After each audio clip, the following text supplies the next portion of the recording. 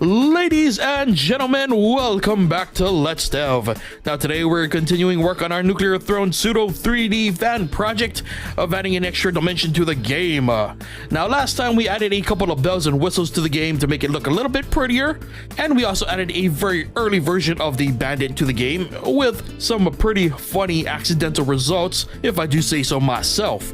Now today's episode is going to be deviating a bit from what we've been focusing on. You know, we've been going pretty hard. We've been pretty focused on progressing this project to its next level, but I thought we would take a break today to do sort of an exhibition, if you will, and if we're successful, it'll only enhance our current Nuclear Throne project anyway. So today's plan is to create a level through random generation.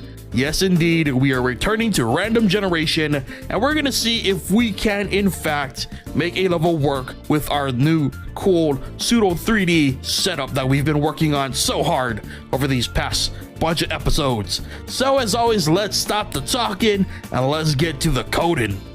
So before we go any further, we're gonna have to set up a couple of sprites just to keep track of everything, and I'm even gonna label them W. There we go, that's a wall sprite. And this will be our floor sprite. Player, spawn, enemy spawn. Okay, so the way that I'm gonna do this is I'm gonna pretty much follow, from what I can remember at least, what Vlambeer did to do their first round of the random generation. So just forewarning, I know that there's better ways to probably do it, but for the sake of just, exhibition again, we're just gonna, try to keep things simple. So this is where I know I might mess up, but it's okay. Learning experience. Okay, so we need to set up an array to create the walls that we're gonna be digging into. So I always screw this up. It's minimum, maximum, and how much it increases, if I remember correctly. God damn it. Then we need to do another one. J 0 room height J plus 16. Oh, hold on. No, it's I equals yeah. Object builder wall. Okay, so if I set this up correctly, it should create walls the entire width and length of the room that we put it in. It did not do that. Okay, what did I screw up? I equals 0. Maybe it's less than. Maybe it's supposed to be less than, not greater than. Wouldn't be surprised if it's less than. That makes more sense, actually. There we go. Oh my god, I apologize for your eyes. Oh my goodness. So, okay. So it built walls, the entire width and length, or height of the room, which is 800 by 800. Okay, that works. Good. All right, got that done. I was afraid that wouldn't work, but we made it work. Somehow remembered most of it. Okay, so let's also make its starting position random. So x equals so 800 divided by 16 is 50. So if we want to push that in by 2, it's 48 times 16. There we go. Boop boop boop boop boop.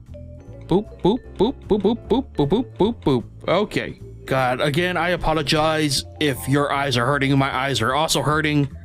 Hopefully, this will be here only for, I might remove those labels once we have everything working properly. Because, Jesus Christ, that does not help at all. Okay, it looks like everything is working fine. So we can continue on with our work. Oh my God. Ouch. Holy moly. Move equals choose 0, 1, 2, 3. So if x is if x is greater than 32, basically, x minus 16.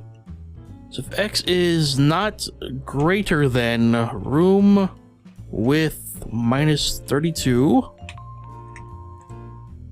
x plus 16. All right, and we reset the alarm every step. So with every step, we should do a new movement. Oh boy. Okay. It's like a moth stuck in the corner. Let's add in the creation of the floor. Okay, there we go. So we're building the floor. Still stuck in the corner there. All right, interesting.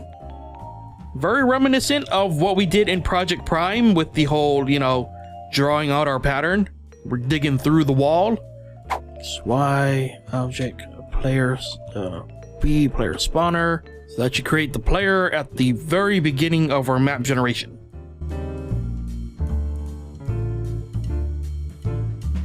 Okay, good. We need to define something on the floor. So occupied equals 0.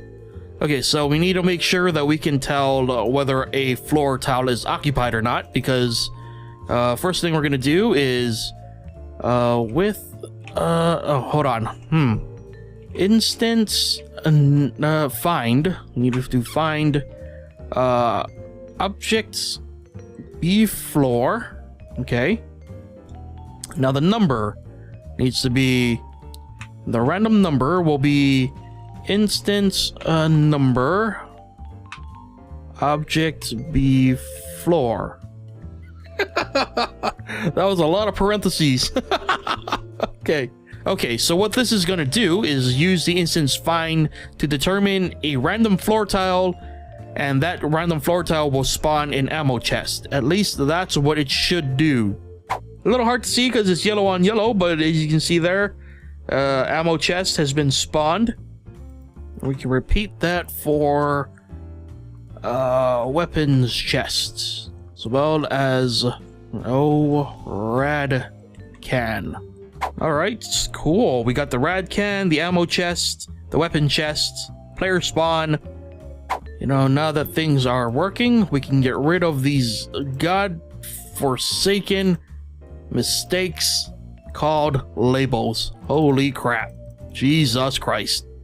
Okay, so now we're gonna try and set up enemy spawns. So enemy equals random range 10. If enemy count is greater than, let's give it like 70%. Instance create XY object enemy spawn. All right, so in summary, we have 3 tiles that are dedicated to spawning a ammo, weapon, and rad can. Then the others are up to grabs as to whether or not they want to spawn an enemy.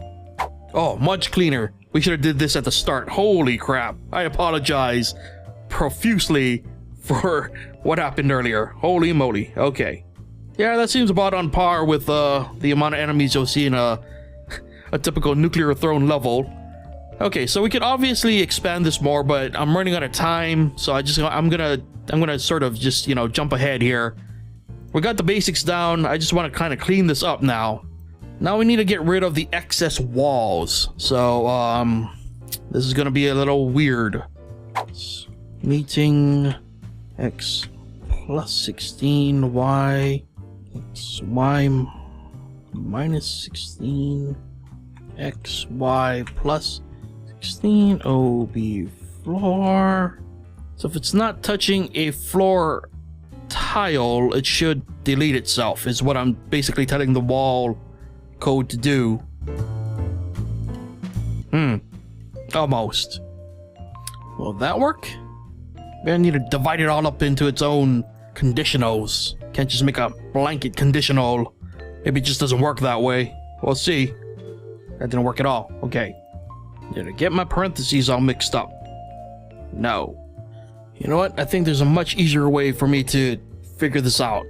There are walls touching on all 4 sides. That probably means it's not, you know, it's not useful for us in this current generation. So we could probably get rid of it. Okay. Curious. I'm curious about something. I wonder if I could use distance to determine whether or not we need a wall. If distance to objects the floor is less than or equal to, I don't know, let's say 8. Instance destroy. Yeah, okay, let's see how that works. That honestly might work. I feel like it could work. Ah, that works. That works. Dude. Oh my goodness. Oh my goodness. You know what? I'll take it. I'll take it. And the final bit of this is to remove all of this and to create all the other stuff that we need. Let's create SY object player. Let's create SY object bandit. Alright, so theoretically it's gonna build out our level and then it's gonna spawn in everything we need. Boom. Okay, well, holy crap. Ew, gross. This is 30 frames. What the hell? This entire time, folks, we were generating in 30 frames. Okay, there we go. Nice and smooth. Oh, God. A little awkward here. I think it's because some of our, our origin points are a little off. Everything is off-centered just a bit, but it's okay. We'll just destroy the floor tile. I was actually gonna just, draw in the floor tile itself, but I don't want to go through the trouble right now. There we go. So boom. Yeah. Yeah, random generation. Then we can rotate it. Oh my God, look at that. Oh, look at that. Oh, so good. So good. Reset. What are we gonna get now? Oh, gee, okay. Oh. Clearly some of my code is working against itself. How does that even happen? Excuse me? That's a surface thing. That's a surface thing. Don't worry about it. I'm learning some interesting things here. So, we got the basics of random generation down. Now, we'll probably come back to this actually, since it's actually working. We'll refine it in the future and we'll possibly, implement it into the game. It needs some work still, but look at that. Look at that. That's cool. That's pretty cool. You know what? Let's just reset this. Oh my God, there's so much on screen. Oh my goodness. Oh. So there we go. we did some. Jeez, this is chugging. So this is pretty intensive, I guess. We're getting a bit of chug. This is just bonkers bananas. Can't believe we've even made it to this point. We've gone the extra mile and did some random generation. It's fine. It's cool. I did not expect it to be successful, but it was, so I'm not going to complain. It's obviously got some kinks that need to be worked out, but you know what? It's a nice step forward, It's one step closer to looking like a Nuclear Throne game. So you know what? I'm not going to complain. It's progress. It's not regression. So there's that. But anyway, I'm going way over time today, so thank you so much for watching. I'm going to call it there. If you enjoy what you saw here today, if you enjoy the Let's Dev series in general, be sure to leave a like. If you aren't already subscribed to the channel, be sure to hit that subscribe button. And as always, if you have any thoughts on what you saw here today, any ideas, anything, whatever's on your mind, be sure to leave them in the comment section below. Always love to hear from you guys. And with that, the insane chaos of today's weird episode comes to an end. And so once again, thank you so much for watching, and I'll see you guys next time.